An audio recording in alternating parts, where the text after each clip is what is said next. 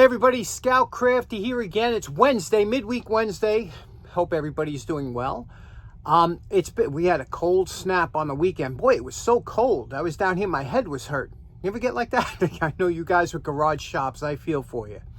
Anyway, today we're going to continue. Again, we're working on that contest challenge. You know, I am having a ball. I really am. It's out of my comfort zone. You know, I'm kind of into the tool restoration thing, but getting back to the woodworking and choking on that sawdust and making a mess, I'm having a blast. But we're going to be talking about different machines that you don't usually see me use down the shop. Today we're going to talk about sanding, your sanding options with any kind of woodworking project. And I'm not talking about hand sanders or dual action sanders or orbital palm sanders. I have a few of those and they work great. They're mostly for furniture work and stuff, but I'm going to talk about other options today. Let's get right to it. Okay, what I'd like to introduce you first to is a belt sander. And a belt sander, stationary bench belt sander, is a fantastic addition to your shop. I've got two of these. You can see there's one back there, sitting in the back there, and the bearings are a little bit dry on that. So I happened to get this, I don't know, I got this real cheap, and when I swap out the bearings, I'll do both of them, because that's the only thing that happens. After a while, sometimes the bearings get dry, they get a little loud, but they are absolutely beautiful to work with. Very simple machine. Now, they come in two variations. They come a standard, just belt sander, and they also come with a disc attachment, a dual, and this is a dual. It has a 4-inch belt and a 6-inch disc sander, but since I never ever used the disc sander, I always take them off the machine. Less trouble to deal with. It's always better to buy a machine that does one operation, because anytime it does multiple operations, you have to compromise in one way or the other. So let me show you how this works and why it's so great and why I believe everybody should have one of these in the shop. First of all, it's a very simple unit to operate. You know, it's cast iron, it's heavy duty. This here, this is a 4x36-inch belt, and it's a very common belt. You don't want to get those oddball sizes because they're very difficult to get belts, or they're expensive. So this is a very inexpensive belt, and easily, you know, you can pick them up cheap. To change the belt, it's a breeze. You just pull this lever forward like this. It pulls the drive pulleys closer together. The belt comes off. You can see here's the platen on top here, and the bearings. Now, you can see here it comes in different grits. This is a 60 grit belt. Has arrows for the direction of which way the belt should spin. Now, the rotation on here, you can see rotation spins this way. So that means it's going to come across the table like that. And that means you want these arrows to go across the table like that. So when you're putting the belt on like this or changing the belts, you slip it on like that, close this like this. This here is a tracking knob, okay? And what this does is the belt will tend to do, when you're moving, the belt might tend to ride to one edge or the other. And what this does is it changes the direction of this pulley left or right so that this belt tracks right in the middle of the platen. One other nice feature is that this whole assembly, I always usually keep it flat, but it could go vertical very easily. All you have to do is remove this cover. Let me show you. Then there are two bolts here that you just loosen up, okay? And there's no nut on the other side. It's threaded into the body. Loosen these up, and now you could change your whole, let me go into 5 here, see? You could change this into a vertical belt sander, you could see, or any angle in between. If you wanted to do it here, or whatever the case may be, you tighten up these bolts like this, and now you have a vertical belt sander, which some people like to use it vertically. So it's just a wonderful item to have. These used to be pretty inexpensive. They still are fairly inexpensive as far as shop equipment goes, but definitely well worth having. I use these I can't tell you how often I use this. And again, I wear the belts down to the point where you know, they're shot, but they last forever. Great addition to the shop, and we'll be using this a lot for the cars. Okay, the next kind of sander we're going to talk about, which you might not be familiar with, is a Oscillating drum sander. I bought this years ago when I was into woodworking. I have to tell you, very rarely used it. And I'll show you why later when we get to our last type of sanding. And drum sanders are really good for inside corners, like here, like in the cockpit or something. It works really good. And you can see here, there's a shaft here. And then on the back of the drum sander, over here, you could see you could store your drums when you're not using it. Each drum is a rubber, you can see here, it's a rubber post here that is specific for each size drum. You could buy different drums with different size, grits. This one here is a medium grit. And for doing the inside here, we're going to pick something like this here. And this will give us a good, and let me show you how this works. We'll put this onto the spindle. Now, to put the drum onto the spindle, the first thing you need to do is there's a little collar here that goes around the bottom.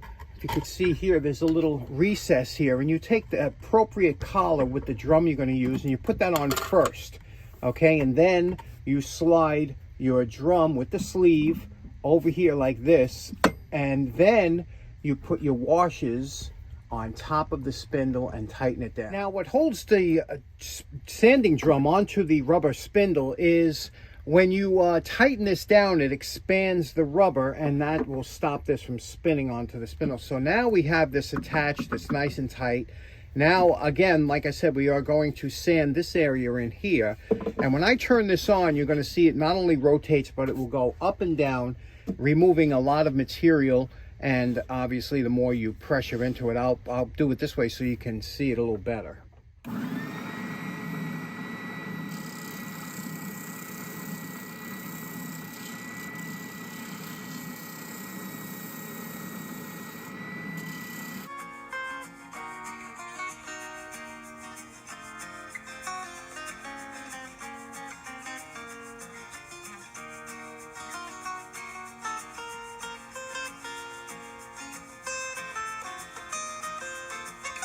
Now look at that finish there. That's a beautiful finish. Again, I could go over it with a fine drum, but that's good enough for me. I'll hand sand the rest, but you could see what a nice finish that does.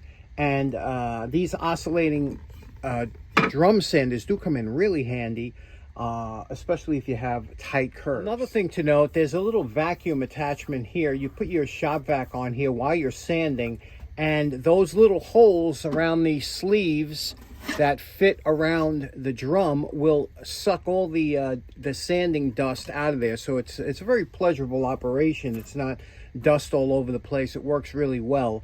But one last thing you have to know, no matter what type of sanding you're going to be doing, whether it's belt sanding or the strap belt sanding like in the back, whether it's hand to anything, your sandpaper always get clogged up eventually with some kind of wood or sawdust. And you have to have one of these sanding belt cleaners. It's nothing more than like a big eraser. And what you do is you turn this onto here, and it cleans up the drum or the belt or whatever. And I always do that before I put it away. Let me show you how this works.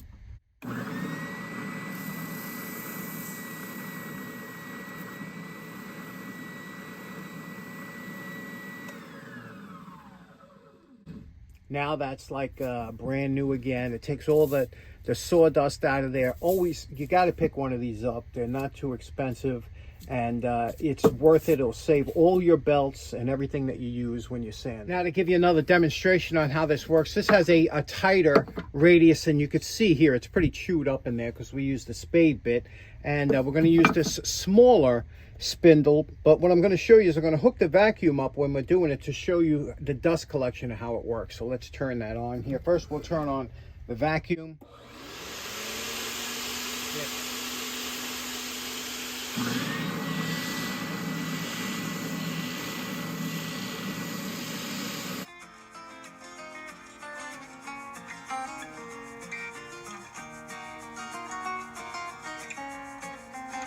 Okay, you can see what kind of finish we had there. That was pretty rough, but we're going to fill that in a little bit when we do our primer and whatnot. But there you go. That's how you see this oscillating spindle sander or drum sander works. But let me show you why I don't use this that much, and a cheaper alternative. One of the best purchases I've ever made was when I was a young man, a young kid. I bought this actually. It was a Klesko general purpose sanding drum kit. And what this has, it's a whole kit of different arbors and different sleeves. Now on the arbor is a rubber drum that expands. So you take the sleeve, you place it onto the drum that you want to use, and then you take a wrench, an open-end wrench, and tighten this up. Now you have to go, it's counterclockwise, so you tighten this up and the drum expands. The two washers press on the drum, expanding it, and then you mount it into your drill press. I'll show you how that works. Once your drum is mounted into the drill press, you bring the table up here and then you can use it.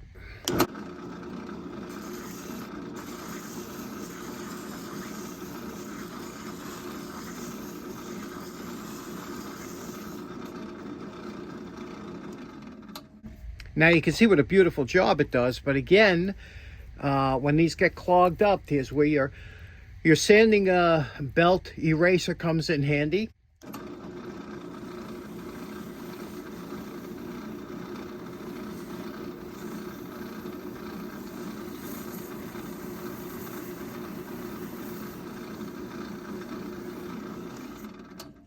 Always clean up your drums and belts before you put it away, and they last for years and years. I've had this actual same set since I'm about 15 years old, and they wear like iron. Now, it's always a good idea when you're finished using your drum sander, always take the pressure off the sleeve, okay, because you don't want to have that sitting in your box for years or months or whatever until the next time you use it. Just enough so that slips over there, that there's no more heavy pressure on there, and that's the way you could store them. Okay, next up, you remember we made these wheels last week for one of the cars that we're making, and I said, you know, how are we going to attach that to an axle that spins, you know, or whatever? So I said, how cool would be if we had some bearings in there? Everybody loves a bearing, right? Bearings are just like ultra cool. So my buddy Brian, you all know Brian, good friend of the show. Brian used to work in a place that you see these little wheels. Well, they had to replace these, and he would toss them. They were thrown out. So one time I said, Brian, could you keep some aside? So he gave me a whole bag of these because, instead of throwing them out, he put them in a bag because they're worn out this way, but that don't mean anything to me because there's a bearing in there. Now, to get that bearing out, I made a little bit of a tool, and it's all it is. It's a piece, and you just drive it out, and I'll show you what that looks like. Just take the little tool. Now, one side is larger than the other. Put it in here. Couple wraps down, and the bearing pops right out. See, right there. There's our bearing. Now, this type of bearing is called a flanged bearing because you can see that little flange right there on the top. So that little flange is, you drill a hole to this diameter, and a lot of times these diameters are pretty common. This one happens to be 1/2 inch. When you drill a hole to 1/2 inch, that flange will stop that bearing from getting lost in the hole. It'll just rest on the outside. So all we have to do is drill a couple of 1/2 inch holes through here, one on each side, and press the bearing in, and I'll show you what that looks like. Okay, now you see why we left the hole so small here, so we can come in from this side here, drill down, and then also flip it around and drill in that way. Now that we drilled the two holes, you see the 1/2 inch holes in here, we'll just press the bearings in here. Again, because it's wood, it's an easy fit, and we'll press it on both sides, okay? And now we're going to be using a 1/4 inch threaded rod as the axle, and we'll have a nut on each side. And when we pass this through here, you'll see we have a nice axle that spins freely. Put a nut on each side just to give you an example, and you see how nice that spins.